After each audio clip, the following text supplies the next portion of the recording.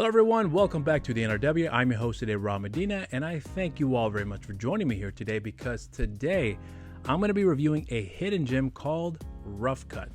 So to give a bit of a backstory how I came across this here, because I actually came across this show rather recently, sort of by chance. So I have interviewed a lot of people on my show, You're So Cool with Rob Medina, and one of the many people I've interviewed is Brett Bellman, who's a writer-director having directed films such as Meteor, 90 Feet From Home, The Rodeo Thief, Buckskin, just to name a few.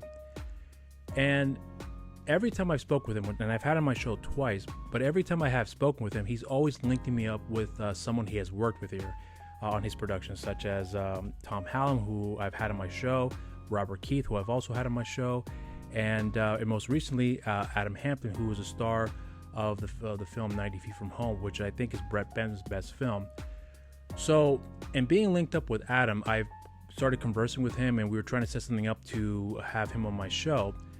Along the way, I look into whoever I'm talking to look into their background to see what they've done in terms of interviews that they have done, and films, television shows, whatever the case may be, to prepare for something to talk about on the show. And I came across Rough Cut. I looked up on his IMDb, and I saw Rough Cut, and I saw it was a TV show, and I was like, I've never heard of this show. What's it about? So, having looked it for on a streaming platform, I found nothing on there. So then I looked it up on YouTube, and there it was. So there are 3 episodes that I've come across here that are available right now for free on their YouTube channel, Outsider Productions, which I'll have the link in the description down below for you guys to check out. But I saw the first episode, and I actually saw it twice because there was something in that first episode that really spoke to me a great deal, which I'll get into this review. But then when I was watching the second episode, halfway through, I was like, I gotta tell Adam, this is fucking incredible. So I gave him his props about what I thought it was fantastic about the show so far. And he was quite surprised that I even came across it, and the fact that I was even talking about his show and showing some love for what I've seen so far. He was really happy to hear that, which honestly I was kind of surprised because I was like, but I'm just surprised that no one has heard about this stuff of this show, I meant to say. So he decided to tell his team over at Outsiders Production, and Kenny, Chad, and Jason, who have made up the production team of Outsiders Production. So he asked, would you be interested in talking with all of us? And I said, absolutely. So we set something up, and they were on my show recently, and it's going to be uploaded this week on the channel. So be on the lookout for that. And I had learned so much about their perspective of what it was they were going through in making the show, among other things as well too, which is a really lengthy conversation, but I think it's absolutely worth the time for you guys to listen to, because they share some wonderful insight about their experiences, and not only just making the show, but themselves as individuals and what they were going through at the time, and in preparing to shoot something that they were working on, and then what they've learned after the fact as well too. So a really wonderful insight that they had shared here with me on that show. So I've also told Adam that I'm going to be doing a review for the show because I feel like this is a show that's absolutely worth watching for a number of different reasons, which I'll be getting into here. So for those who've seen my reviews, I meant to say, you'll know that I'll be getting into the plot, my positives, my negatives, and then of course my rating. But I will point out that I'm going to be getting into some spoilers here, because in order for me to really give a more in-depth review, I will have to reveal a lot of things that have occurred in the show. But I think the show is so good that it wouldn't matter that I revealed some things here, because when you watch and see how everything plays itself out, it's going to really make a lot of sense. And not only that, it's going to be very captivating, very, very intriguing, and it's also very entertaining, funny, among other things as well too, which I think you all will appreciate and enjoy as well, which I hope will bring more awareness to this show here. So without further ado, let's get into the plot.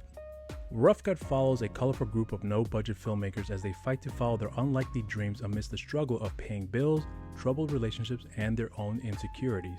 And that is a show in a nutshell. So now let's get into my positives. So my first positive with this show is with the writing. The writing in this show, in my opinion, is really, really good. So Adam had revealed to me in the conversation that I had with him on my show, You're So Cool, that a lot of the influences that he got in writing the characters in this story were really coming from his own friends that in outside of production, among other things as well too, that he kind of infused in telling this narrative here. But I just remember thinking, especially in the later part of the first episode, that started to make a lot more sense to me. Not that it was difficult to follow. That's not what I'm trying to imply here. But I started to notice that there was a purpose for this story. And a lot of it has to do with the filmmakers that we're following here. We're following Fran, Sue, and Pat, and the other crew members as well too, and trying to get funding for a film that they want to shoot.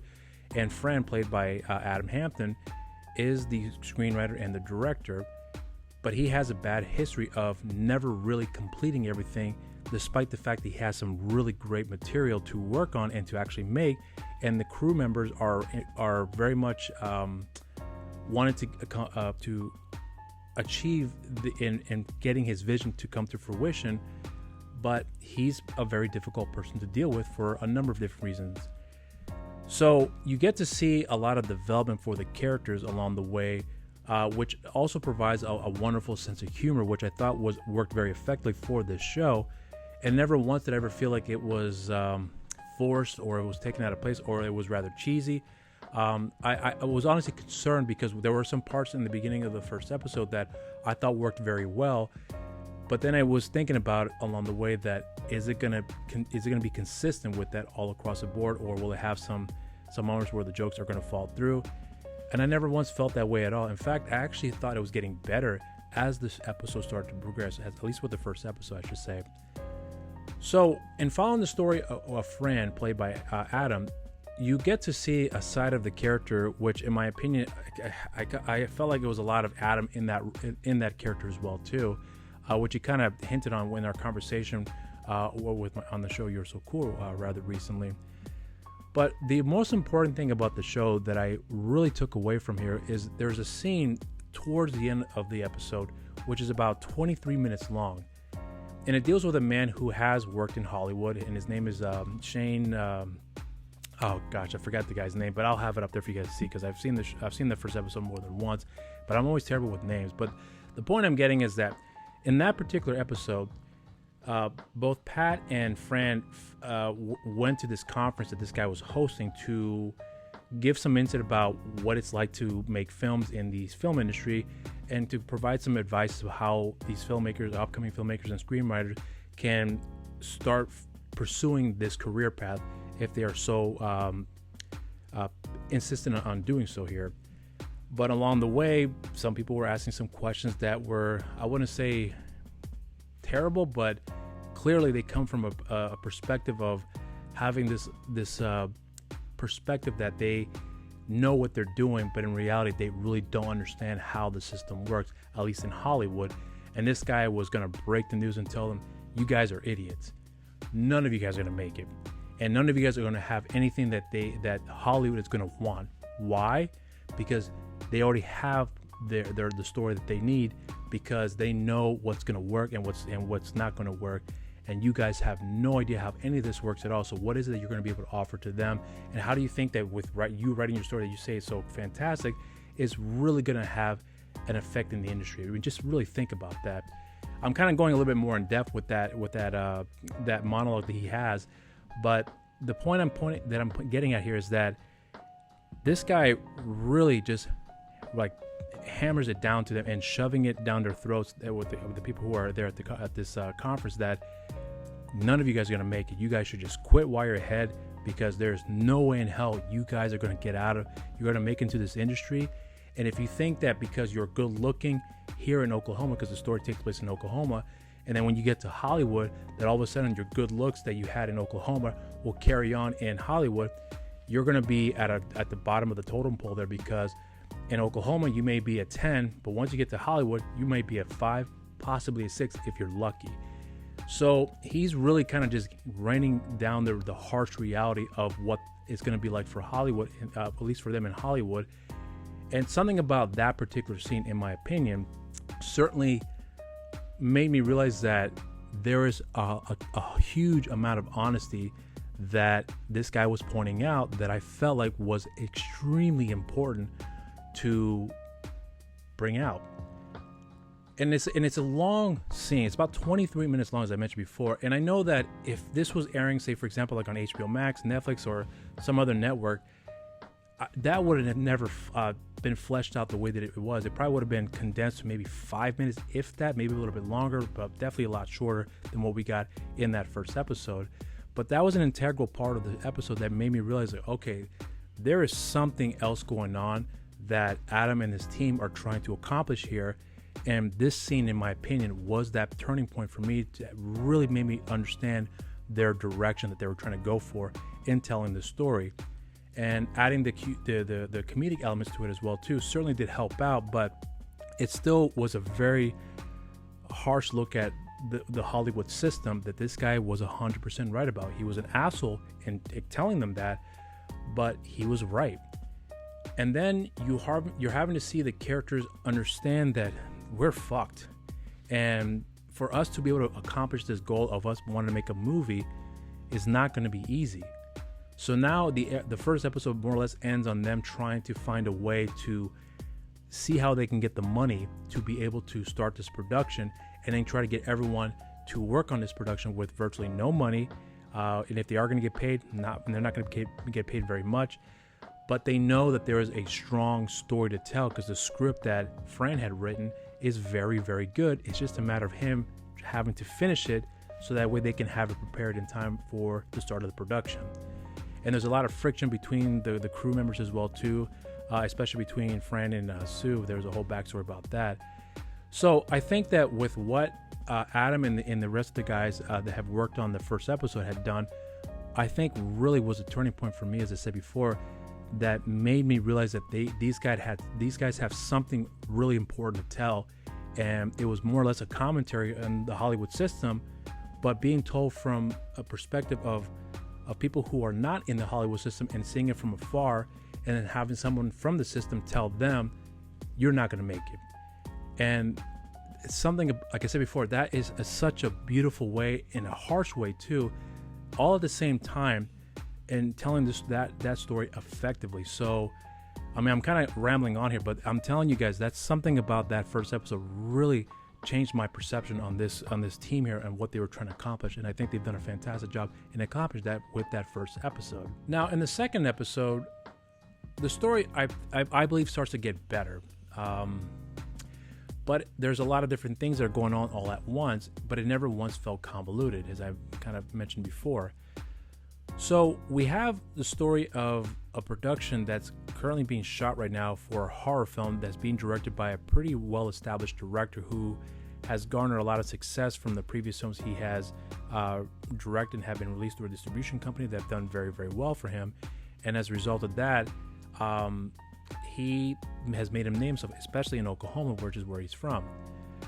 But along the way, this also shows you another side of the reality of what it's like on a production, where there are some last minute changes that are made, but the last minute changes that are made can be very uncomfortable for certain people because of what they're going to be asked to have to change in order for them to be able to still be part of production, more or less, without really saying directly that if you don't do this, you won't be a part of it. So in this particular story for that episode, we follow a young lady who is asked to take off her top, where in the script it was never like that, nor when she had auditioned was it ever mentioned that she would need to take her top off. This was a decision that was made at the last minute by the director, and without having to go to the actress directly herself and letting her know, hey, this is what we want to do for the scene and we want to make sure if you're okay with it. Instead, he has the producer to do it for him, and that guy's a complete dick and is pretty much berating the young lady and not wanting to cooperate because she feels uncomfortable. And I'm kind of quoting like that because that was his attitude towards her. So, and seeing that scene, and it plays itself out very well. And again, you have a lot of time to spend with the characters, especially in that situation. In my opinion, it does show the realities of what a lot of actors tend to go through when it comes to having to make a decision on the spot, and if decisions that they are going to make is going to affect their career in a good way or in a bad way, or at least in a good way immediately, but then possibly in a bad way in the long term. So there's a lot of different layers about the thought process they have to go through and how that's going to have an effect on them in one way or shape or form which is another side of the episode that I truly did appreciate, and taking the time to tell that story. The other story that happens in that episode too is where Pat is talking to an investor and pretty much asking him for money to be able to shoot this movie. This scene, I meant to say, is a very integral scene, because I believe that for any filmmaker who wants to know what it's like in a nutshell of what you must do and prepare for when it comes to asking for money, that scene I think does a really good job in showing that it certainly is a heightened reality. But although I do believe that certain things that have happened, that do happen in that scene, may have happened in real life in some way or shape or form, and with any filmmaker that's gone out of their way to ask for money to have their film funded.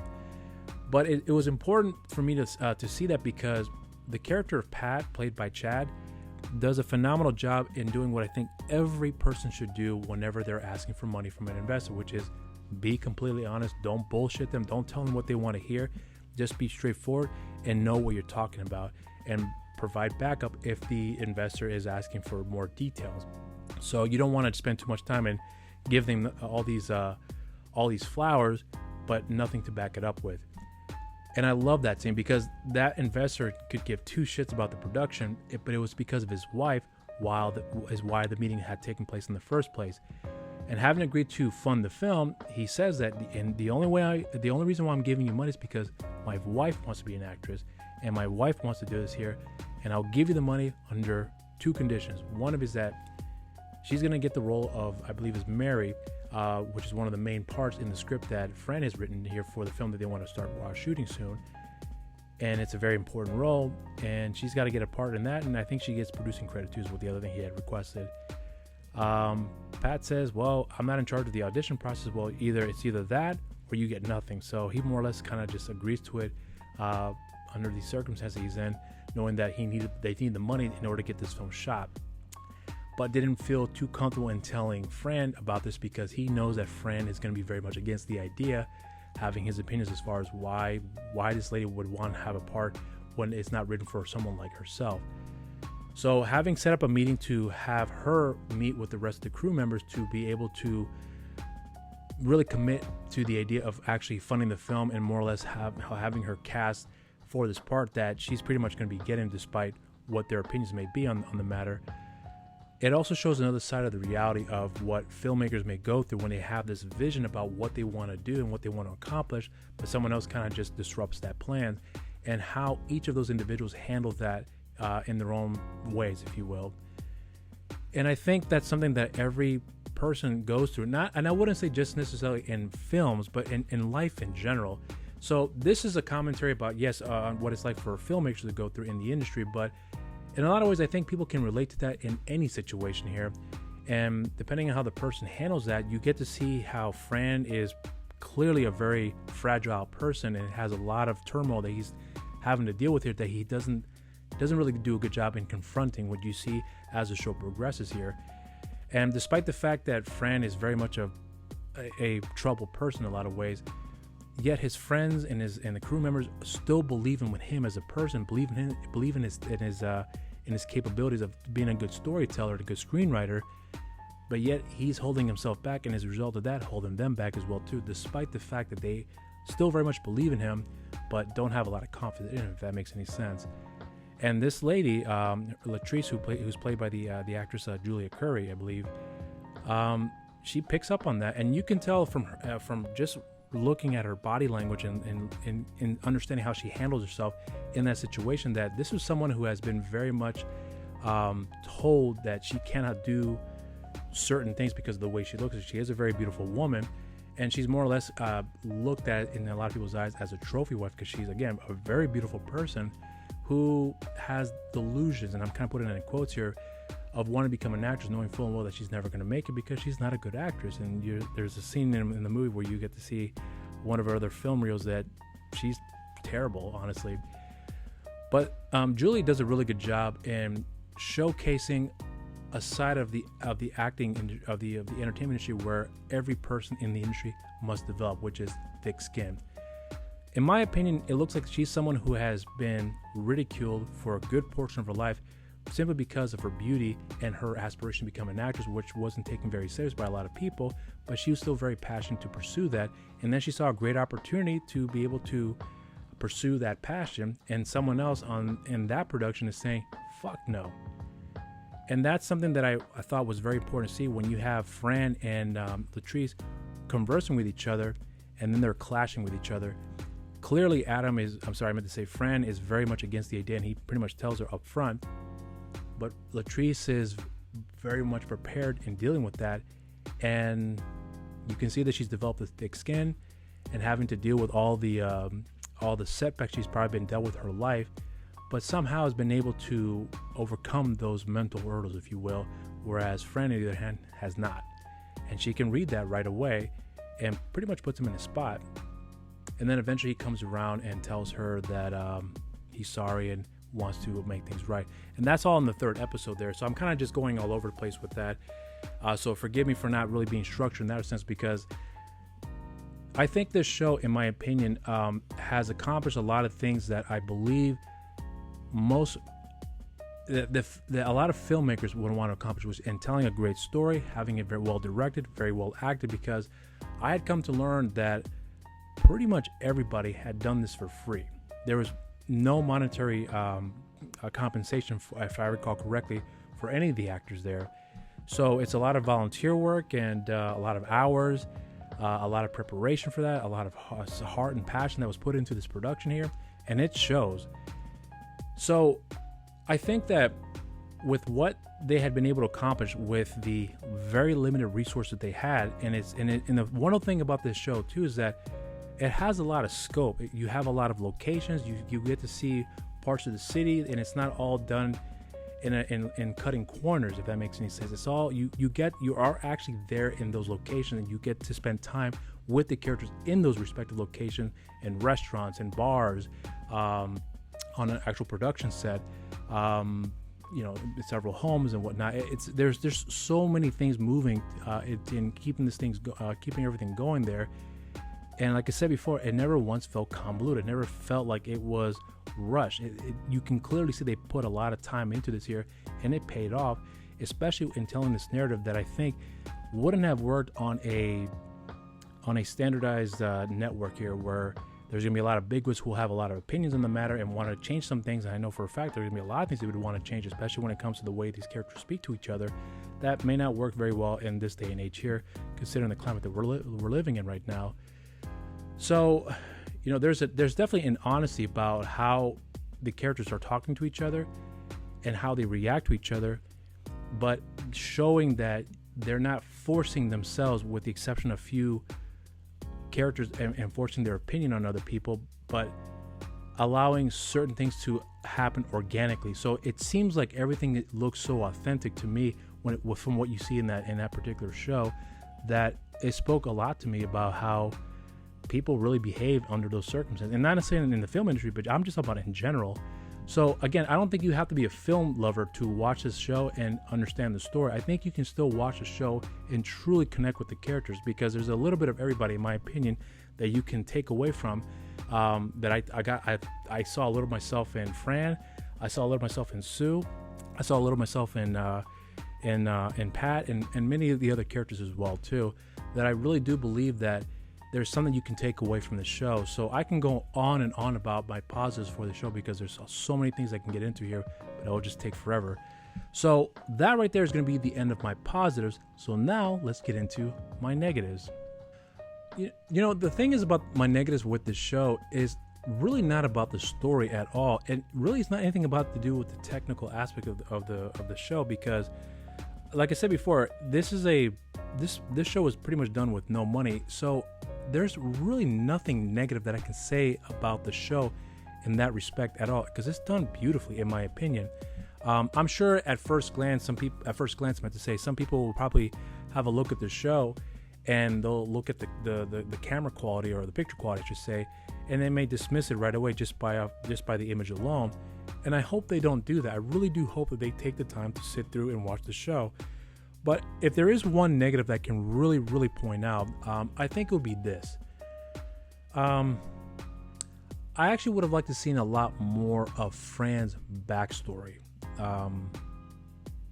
again, there's so much that goes on with the show, and clearly Fran is definitely the driving force for this narrative here. He really is the focus, but you have time to spend with the other characters to get their perspective as well too, and you get a lot of wonderful exposition that isn't handled terribly at all. In fact, it's handled beautifully in my opinion. But I felt like there was something else I wanted to see more out of the character of Fran that I felt was somewhat missing. Just wanted to see more of him in other areas, especially when it came to the relationships, when it comes to the women he comes across. Like, I actually want to see a little bit more of that to really get a deeper understanding of what he really is like under those circumstances. Because there's a part in the show where he has said that I just can't be alone. I got to be with somebody.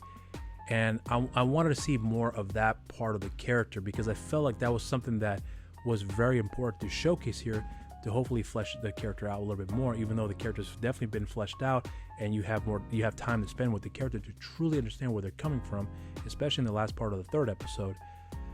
And as far as any other negatives are concerned, I guess it would be this.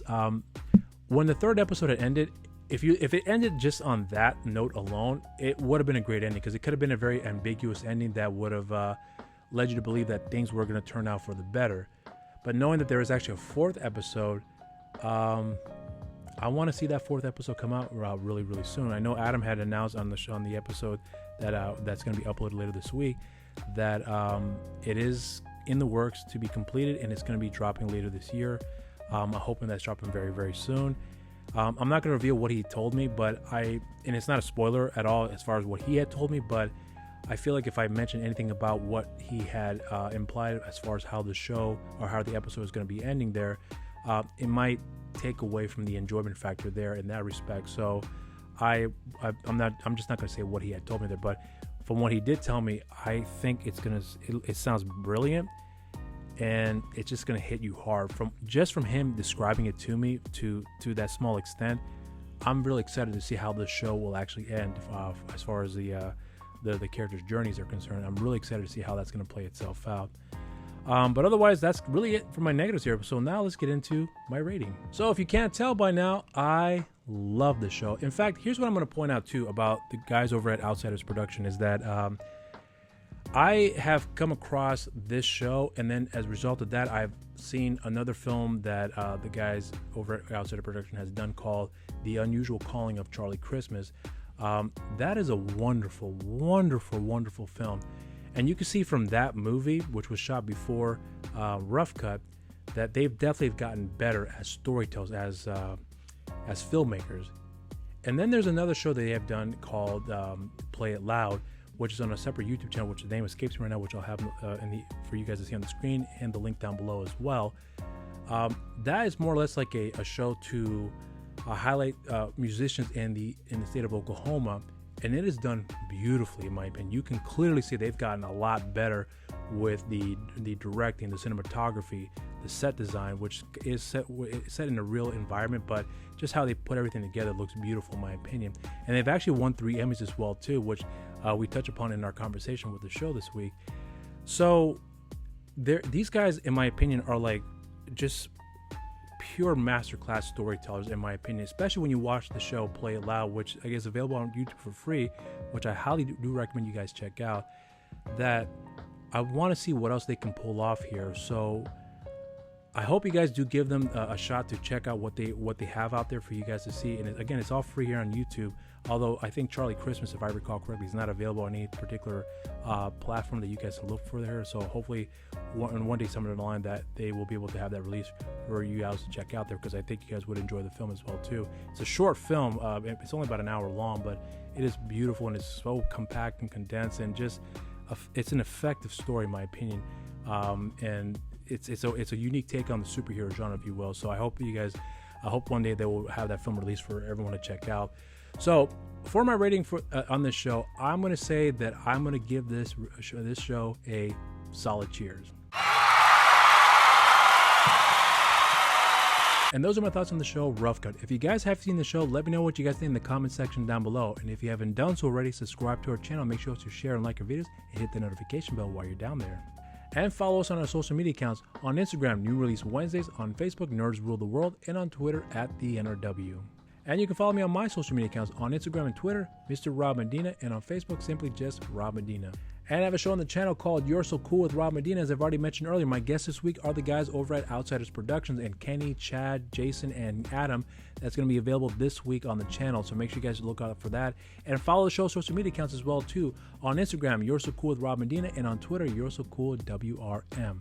And I want to thank you all very much for checking out this review. I hope you guys did enjoy the video, and until next time, stay safe out there, and cheers.